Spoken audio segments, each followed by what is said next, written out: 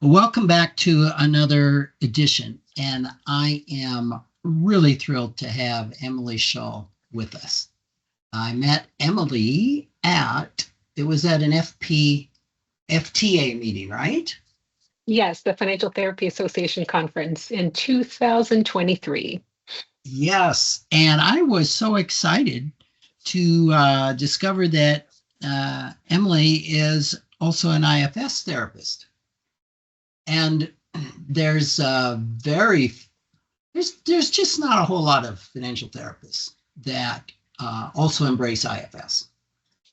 And so I was able to get to know Emily a little bit better when I was over in Amsterdam. We had a wonderful conversation, and she has introduced something to me called memory reconsolidation, and we're going to learn all about it today.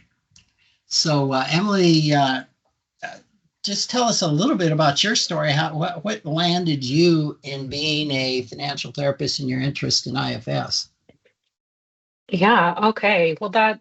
Hmm, I guess that goes back to about 2015 or so. And at that time, I had always had an interest in financial planning, always an interest in money and personal finance, and always had an interest in personal development. And I never realized that the two were connected. And I certainly never imagined that I'd be working in this field with at the intersection a couple years later. So at that time, I had moved, I had left my job behind and was thinking about what was next for me. So I decided, well, why don't I go for a master's in financial planning and maybe I'll become a financial advisor. And I thought, well, even if I don't do that, at least I'll learn enough, to manage my own household money. And I was getting toward the end of that, and I realized, oh my gosh, I've learned every strategy, I've learned every formula, I've learned about all of this stuff. Yet I still feel fearful around money. Like I still feel like I will never have enough money. So clearly something is missing. And I also realized that a lot of my classmates, some of them were career changers like me, but others were actually financial professionals, some CFPs in the room. And no one was talking about behavior. It was all about how to solve any problem with a financial strategy. And I thought, wow, there's a huge piece here that's missing. So as I finished up my degree, I started doing some research. I came across the Money Coaching Institute with Deborah Price, who herself Sure. was a financial advisor, and now she trains Yeah. coaches in her own method to help people understand their relationship with money. So that's where it all started. And then as I worked with more people, I realized, um, yeah, I just kept learning more and more about how most issues with money have a lot to do with early childhood, with developmental wounds. And one day, actually, I was in a session and a client had this really, it felt like such a huge energy shift, this just transformation in the way he thought about something. And I remember leaving that session and thinking, what the heck just happened? And I want to create this, how do I foster this in all of my meetings with clients? Um, okay. So I came across the book Unlocking the Emotional Brain by Bruce Ecker, and that laid out the theory of memory reconsolidation and how that is the process, the brain's natural process of change. And so since then, I've been trying to incorporate that into my practice. Not that you can ever make a memory reconsolidation happen, but you can uh, provide the atmosphere where it's more likely to occur.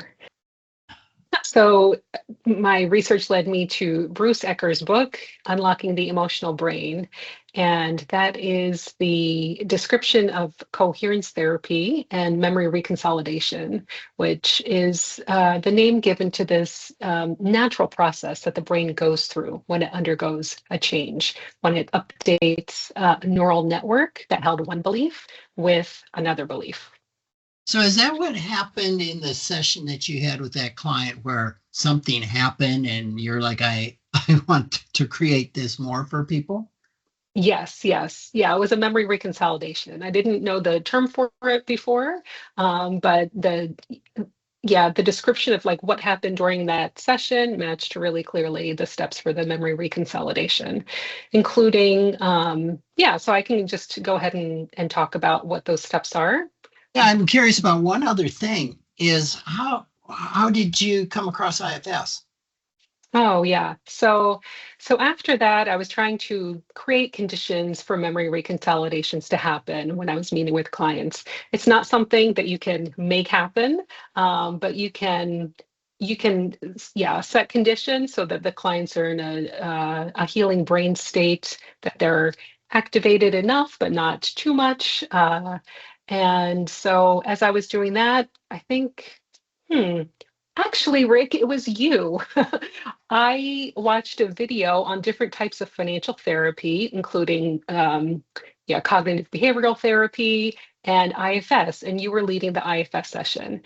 And in the aftermath of that video, you had a dialogue with the person who was running that, and you mentioned that that IFS, the official courses were closed to coaches, but that the IFSCA out of Canada trains both coaches and therapists. So it Right. was from there that that I started my training with them. Oh, that's exciting to my parts. That was at the Yeah. FTA. I think I showed a demo of an interview that I did with an editor of a paper. Hmm. Does that sound right? Was I showing a demo? It was definitely a demo that you were doing. Yeah. Yeah. Yeah, and I could go on about that. That was a demo that I was so embarrassed about because it didn't follow IFS protocol. Hmm.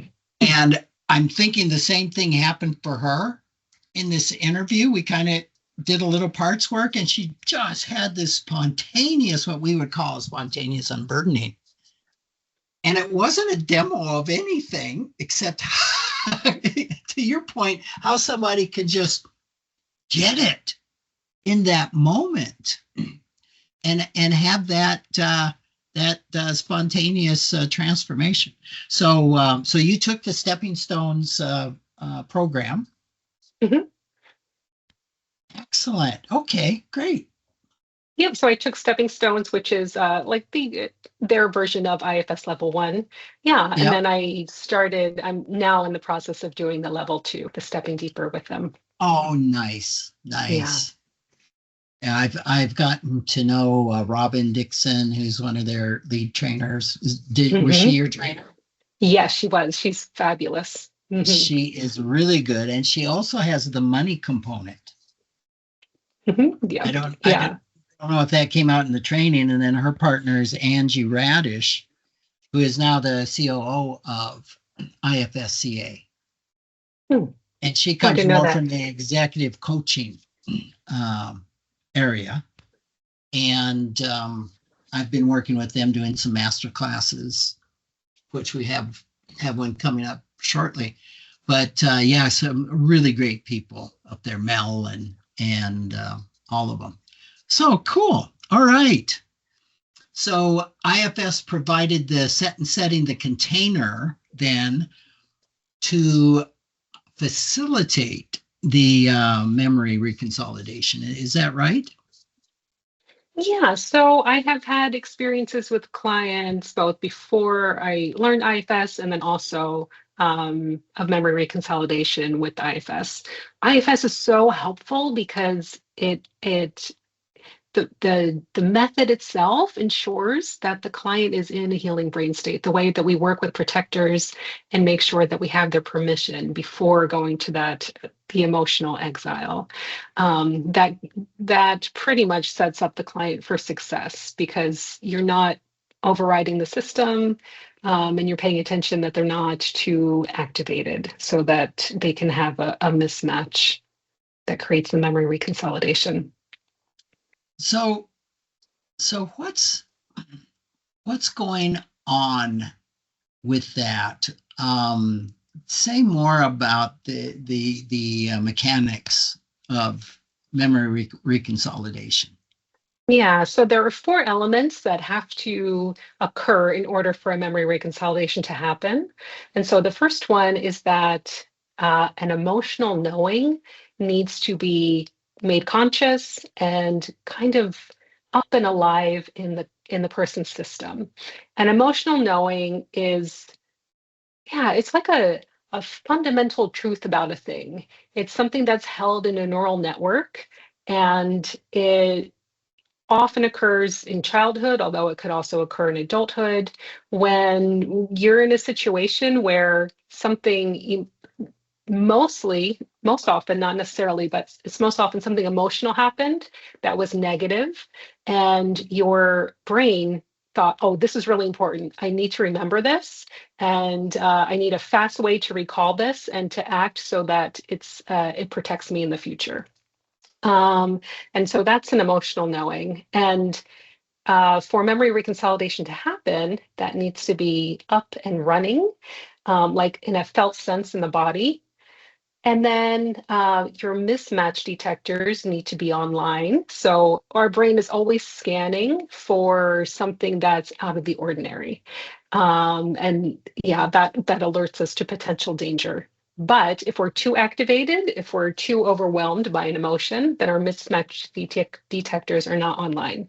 So you need to be activated, but not too activated. And then you need to think of a disconfirming belief. So your mismatch detectors need to sense something. Oh, wait a minute, that doesn't make sense. And then at that moment, that's the first time that that neural network unlocks.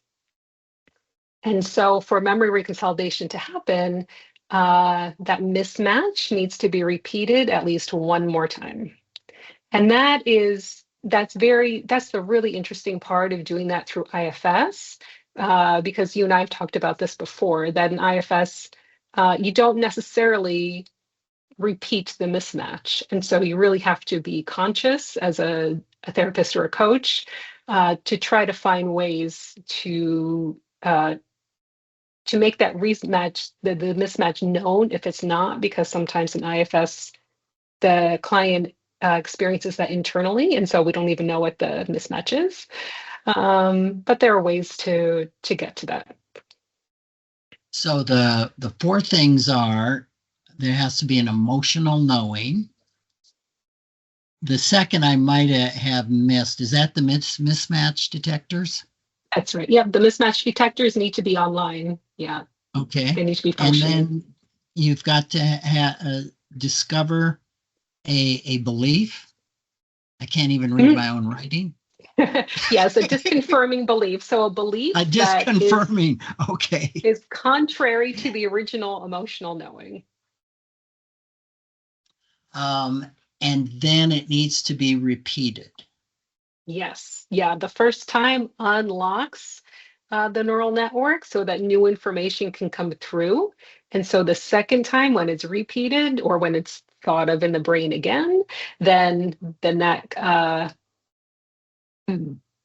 that goes into the neural network, so that when it closes on its own in about 4 hours after this happens, the neural network closes, and then the new disconfirming belief is matched instead of the old one. So that means the behavior no longer presents itself. So I think it would be helpful to have an example of all of this. Yeah, We've been speaking you read so my mind. abstractly. So Absolutely. the first time this happened, I was working with a client, and it turned out in his money history, something that I noticed and he noticed was that whenever things were tight financially, whenever there was a problem or things were just very tight, he would not tell anyone about that, even though his parents were in a position to help him financially. And then later on, he was engaged and he still wouldn't tell his fiance if there was a problem. And so we talked about this, and I was trying to understand if he knew where this was coming from, and he didn't. Um, and then it turned out he had filled out a money history, which I do with my clients when I work with them. And it was right there. He'd actually written it down that when he was 11, he had a younger brother who was sick with cancer. And when he was 11, he realized how much money his parents needed to spend for his brother's treatment. And he decided in that moment to try to be financially independent as possible. And when I brought this to his attention, his eyes he kind of like froze for a moment. And then his eyes were darting back and forth. And he thought, oh, I never put those two together. And so for him, the emotional knowing was probably something like, if if uh, if my parents give me money, if I'm not financially independent, then uh, then my brother could die. If I'm taking from my parents or from someone else, then my brother will have less. He can die. He won't get his treatments. And the disconfirming knowing was, oh my goodness, this is, well, unfortunately, his brother had died a year after that. Like, oh my gosh, my brother died a long time ago. This actually doesn't make any sense anymore. And in fact, it can be a hindrance to my relationship. Um, yeah, so that's an example of an emotional knowing, the mismatch. Oh, this doesn't make any sense anymore. And then, um, so I didn't know at the time that you had to repeat this more than once. But I think just in the process of he and I talking this through, he just naturally had that back and forth in his brain. And it lasted. Yeah, 2 weeks later, we met again and he said, I have to tell you, I checked my balance. He was a graduate student at the time. I checked my student loan, or no, I checked my bank balance. My student loan hadn't come in, and I was in the red. And I called my fiance and I let her know. And before he never would Wow. have, he never would have shared that. Wow. Wow. Yeah. That is such a powerful example of so many things. But it's I call it connecting the dots. That's the emotional knowing Mhm. of where he and how often that happens. I mean, you and I see this all the time.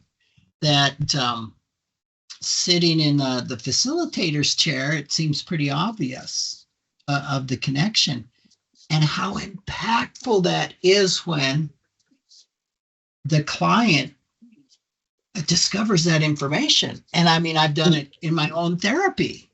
Yeah, that raises two really important points. The first, that this cannot be done on a cognitive level. That's why the first requirement for memory reconsolidation to happen is the memory, the knowing has to be up and alive in the person's system.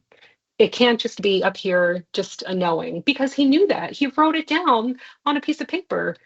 He was aware of that memory and it did nothing because his mismatch detectors were not online. You have to feel it in the moment. Oh yeah, I felt that when I read that to him. He felt that, oh my gosh, yes. I remember that feeling of, oh, I don't want to take from my brother. He could be in danger if I do this. So that, and if he was feeling that too much in the moment, then his mismatch detectors would not have been online. And so he wouldn't have discovered the disconfirming belief. So So it's a in very, it's like IFS science of it. is that the mismatch detectors being online and the emotional knowing tied to the witnessing when we uh, go in, embody a part, do all of the emotional work somatically to be in touch with the part. Yes, absolutely. Yeah. And Yep. that So when, sets up the emotional knowing versus the cognitive. I mean, my yes. my therapist will tell me all the time, all right, let's slow it down.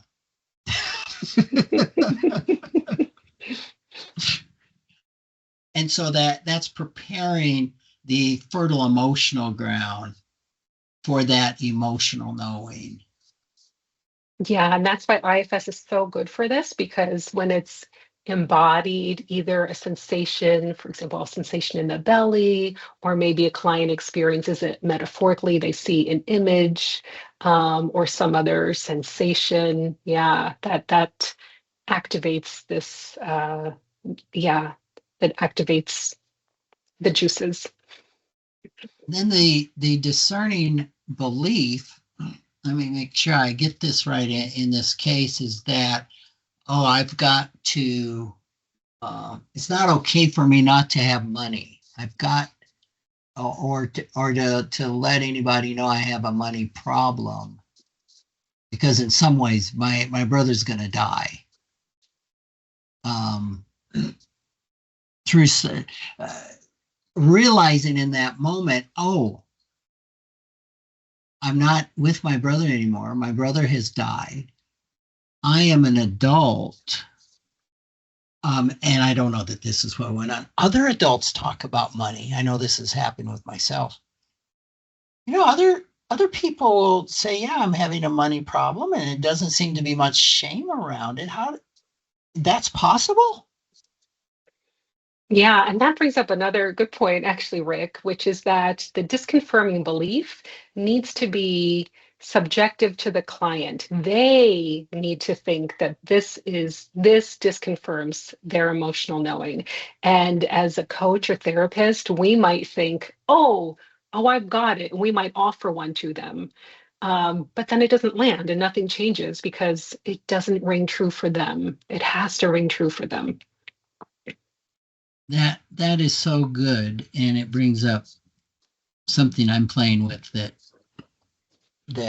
I'm wondering if it's possible, which is bringing up to the client what the disconcerting belief would be in rescripting money scripts, because what we say is every money script has three modifications. Every money script is true in some circumstances, completely false in other circumstances. And it's when I discover, money is power, and then I'm presented, or I present myself with something that, well, money, quite frankly, money can end up being very weak. Money can end up being powerless. And to your point, it's so much more powerful when I stumble across that in that place than if it's told to me. Yeah, it simply won't work if it's just cognitive, if you're not feeling oh yes, that that is the opposite of what I was thinking. Yeah. Yeah. We used to do something, but this is before IFS days, in workshops where we would have a person sit in the middle of about 8 different people. And they would take turns sitting in the middle, stating their money script. They'd state their money script, and then their job was to shut up for the next 2 minutes. And people would write on cards the opposite or other modifications of that money script. They would say them out loud and then give them the card. And at the end of that 2 minutes or so, they'd probably have 12 different cards with all sorts of modifications of that money script. In some cases, it landed. There may have been one of those that might have landed that they would have never thought of. And in some cases, I don't think a thing happened. And I'm wondering if the emotional soil could be right to maybe hear somebody talk about something and it land in that really precious space. I don't know. Yeah, I'm sure that was definitely an opportunity for a memory reconciliation to happen. Yeah, if that person felt like, oh yeah, oh, that's true. That's true for me. Yeah, and I can also imagine that many of them, most of them would not have landed. That was the reason we told them they couldn't talk. Was just sit with it, because we didn't frame it in IFS terminology at that time, but the protectors are not going to like this. And then the repeating of the mismatch. So how are you now knowledgeable about IFS? Have you changed anything in your witnessing sessions when a client is in this space? Yes, so I make a point now to go back, especially if I'm not sure what happened, which is often the case in IFS. And things can happen pretty quickly with you got different parts going on. All of a sudden, you know that there's a change and the client is reporting a change, but you don't know what happened where. Um, so now I ask the client to go back. Okay, initially this part was thinking this. And then just walk me through and just ask them to walk through the steps. What happened next? Oh, and what did you realize then? And then help the client really get clear on the sequence of what happened. And then from there, you'll have an idea of what was the emotional knowing, and then what was the mismatch. And then you can ask them just to go back and forth between, okay, the little girl thought this when she was at the table with the grown-ups. And then all of a sudden she realized, oh, it wasn't about me, it was about them. All right, so go back to the little girl at the table. She was thinking this. Okay. And then go back and she realized, oh, it's not about me, it's about them. And you can even ask them to hold the images in two hands and just go back and forth, back and forth. So that's Nice. one way to do it. You don't even need to know what the emotional knowing is. Um, if it comes from two parts, so sometimes that happens, it's one part and then another part holds a different knowing. You can just go back and forth. Okay. And what does this part know? All right. And what does this part know? And if you want to add something That's great. really cool to that, I learned something called spatial play, where you ask the client, especially if it's located in their body. This is really cool. So, oh, you had that burning sensation in your belly, that knows something. Okay, act as if you can shrink yourself down, be there with that burning, and then turn and look up at that frozen shoulder.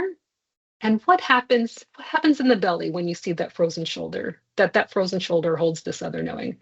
Oh, okay. Wow. Okay. Now go to the shoulder and then look down at your belly.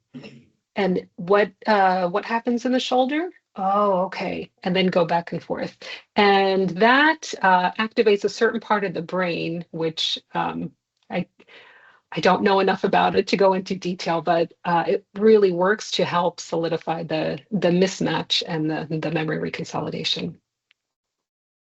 Those are some super helpful things, especially for any coaches, therapists, IFS folks listening to this that can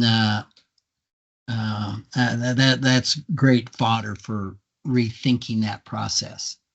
And Yeah, yeah, if I may, just one other quick tip I can give is to have a really handy short shared language with the client on the parts. And I'm really guilty about this. I like to call things like very literal things. But I find that I saw one therapist do this with clients, and she would just always ask, and if that sensation had a color, what would it be?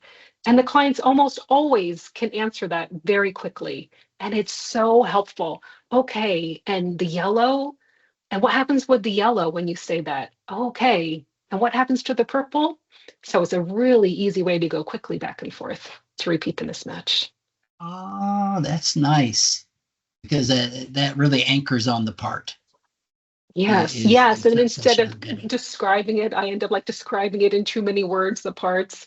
And this allows you to go much quicker Oh, and nice. more fluidly. Yeah. Wow, that's something I've never come across in my IFS journey.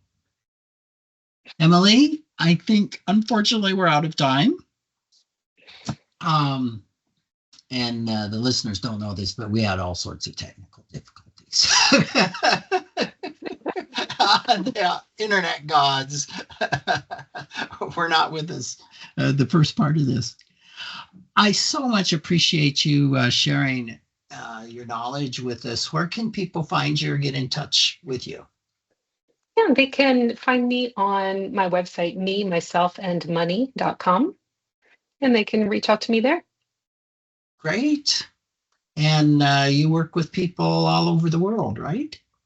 I do, yeah. So I'm American, but I'm based in the Netherlands. And so I work with Americans coast to coast and also with people in Europe.